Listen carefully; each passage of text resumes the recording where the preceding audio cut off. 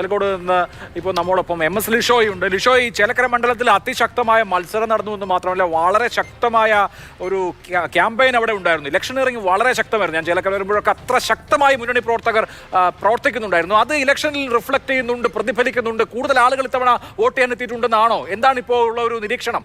തന്നെയാണ് സാധാരണഗതിയിൽ ഉണ്ടാകാറുള്ള ഉച്ച സമയത്തെല്ലാം തന്നെ പല ബൂത്തുകളിലും ഈ തിരക്കൊക്കെ കുറയാറുണ്ട്. ഇപ്പോൾ ഞാൻ ഈ നിൽക്കുന്ന ചേലക്കോട് ഈ സ്കൂളിൽ ഇവിടെ തിരക്ക് അല്പം കുറവാണ്. ഇവിടെ 3 ബൂത്തുകൾ ഉണ്ട്. ഇന്നത്തെ ഈ അല്പസമയം മുമ്പ് നമുക്ക് ലഭിച്ച ഈ പോളിംഗ് പെർസെൻറ്റേജ് പ്രകാരം ഏകദേശം 45% പോളിംഗ് ഇതിനോടകം തന്നെ ചേലക്കര മണ്ഡലത്തിൽ ഉണ്ടായിട്ടുണ്ട്. ഇതിൽ തന്നെ ഏറ്റവും അധികം പോളിംഗ് പെർസെൻറ്റേജ് ഉള്ളത് പാഞ്ഞാൾ പഞ്ചായത്തിലാണ്. പാഞ്ഞാൾ പഞ്ചായത്തിൽ ഏകദേശം 46-47 ആ ഒരു പെർസെൻറ്റേജിലേക്കെല്ലാം തന്നെ പോളിംഗ് എത്തിയിട്ടുണ്ട്. അതിനോടൊപ്പം തന്നെ ഞാൻ ഈ നിൽക്കുന്ന ഈ ഒരു LP സ്കൂളിലെ ഈ ബൂത്തിൽ അവിടെ 50% പോളിംഗ് ഇതിനോടകം തന്നെ പൂർത്തിയാക്കിയിട്ടുണ്ട്. അങ്ങനെ വലിയ തോതിൽ തിരക്കുണ്ട്. എന്തായാലും ആളുകളെല്ലാം തന്നെ പെട്ടെന്ന് തന്നെ എത്രയും പെട്ടെന്ന് വോട്ട് ചെയ്ത് മടങ്ങുന്നതിന് വേണ്ടിയുള്ള ഒരു ഒരുക്കവും ആണ്. ചേട്ടാ, ഈ ഉച്ച സമയമായതിനാൽ തിരക്കൊന്നും ഇല്ലാന്ന് തോന്നുന്നു. തിരക്ക് കുറച്ച് കുറവുണ്ട്. എങ്ങനെയുണ്ട്? ശക്തമായ മത്സരമായിരുന്നല്ലോ അല്ലേ? അടിപൊളിയാണ്. എല്ലാവരും നല്ല പോളിംഗ് പെർസെൻറ്റേജ് ആണല്ലോ. ഓക്കെ. എങ്ങനെയുണ്ട് ചേട്ടാ ഇലക്ഷന്റെ ഒരു ഓളമൊക്കെ എങ്ങനെയുണ്ടായിരുന്നു? തിരക്കേടില്ലാത്ത പോളിംഗ് ആണ് നടക്കുന്നത്. തിരക്കില്ലാത്ത ഇനിയിപ്പോ പെട്ടെന്ന് ചെയ്തു പോവാ അല്ലേ? അതെ.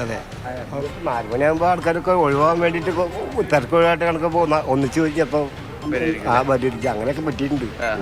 ഇവിടെ പൊതുവിൽ എങ്ങനെയാ നല്ല പോളിംഗ് പെർസെന്റേജ് ഒക്കെ ഉണ്ടാവുക? അല്ല, ഇവിടെ നല്ല അന്തരീക്ഷം എല്ലാവരും നല്ല സവാർത്ത് നിരക്കുള്ള എല്ലാ ആൾക്കാരും എല്ലാവരും വോട്ട് ചെയ്യാനൊക്കെ വരും. യാതൊരു കരമ്പില്ലാത്ത സ്ഥലമാണ് ഇവിടെ. ചേലക്കര അഭിലാഷ്, നമ്മൾ ചേലക്കരയിൽ വന്നപ്പോഴൊക്കെ പറഞ്ഞൊരു കാര്യമുണ്ട്. അതായത് വലിയ പ്രശ്നങ്ങളൊന്നും തന്നെ അല്ല, കലുഷിതമായ അന്തരീക്ഷം ഒന്നും തന്നെ ഇല്ലാത്ത ഒരു തെരഞ്ഞെടുപ്പ് പ്രക്രിയകളും അതിനോടൊപ്പം തന്നെ ഈ പ്രചാരണ പ്രവർത്തനങ്ങളും എല്ലാം തന്നെയായിരുന്നു. പക്ഷേ അതിനോടൊപ്പം തന്നെ വീറും വാശിയും ഒട്ടും കുറവില്ല. 3 മുന്നണികളും ഇഞ്ചോടിഞ്ച് അവരുടെ ഈ പോരാട്ട വീര്യം കാഴ്ചവെക്കുന്ന തരത്തിൽ തന്നെയായിരുന്നു ഇവിടെ എല്ലാ പ്രചാരണ പരിപാടികളും എല്ലാം തന്നെ ഉണ്ടായിരുന്നത്. എന്തായാലും ഈ പോളിംഗ് പെർസെൻറ്റേജ് ഉയരുന്നത് ഏത് മുന്നണിയുടെയാണ് ചങ്കിടിപ്പിക്കുക എന്നുള്ള കാര്യത്തിൽ വ്യക്തമല്ല. കാരണം മറ്റൊന്നുമല്ല, കഴിഞ്ഞ വർഷങ്ങളിലൊക്കെ, അതായത് മുൻപൊക്കെ നമ്മൾ പറയാറുള്ളത് പോളിംഗ് പെർസെൻറ്റേജ് വർദ്ധിച്ചു കഴിഞ്ഞാൽ അത് LDFനായിരിക്കാം ഒരുപക്ഷെ ഇത്തരത്തിൽ അതിൻ്റെ ഒരു ഗുണം ലഭിക്കുമെന്ന്. പക്ഷേ ഇപ്പോൾ അങ്ങനെയൊന്നുമില്ല. പല മുന്നണികൾക്കും മാറി അതിൻ്റെ എല്ലാം തന്നെ ഗുണം ലഭിക്കുന്ന തരത്തിലാണ് ഈ കണക്കുകളൊക്കെ തന്നെ നമുക്ക് കാണിച്ചു തരാറുള്ളത്. എന്തായാലും ഈ 2 ലക്ഷത്തിലധികം വോട്ടർമാരാണ് പ്രധാനമായും ഇന്ന് പോളിംഗ് ബൂത്തിലേക്ക് എത്തുന്നത്. അതിനാൽ തന്നെ അതിനുവേണ്ട വിപുലമായ ഒരുക്കങ്ങളൊക്കെ തന്നെ പൂർത്തിയാക്കിയിട്ടുമുണ്ടായിരുന്നു. പ്രശ്നബാധിത ബൂത്തുകളിൽ പ്രത്യേകം നിരീക്ഷണവും എല്ലാം തന്നെയുണ്ട്. ഇതുവരേക്കും അങ്ങനെ എടുത്തു പറയത്തക്ക മറ്റ് പ്രശ്നങ്ങളൊന്നും തന്നെ ചേലക്കര മണ്ഡലത്തിലെ വിവിധ ബൂത്തുകളിലൊന്നും തന്നെ ഉണ്ടായിട്ടില്ല എന്നുള്ളത് ആശ്വാസകരമായ ഒരു കാര്യമാണ്.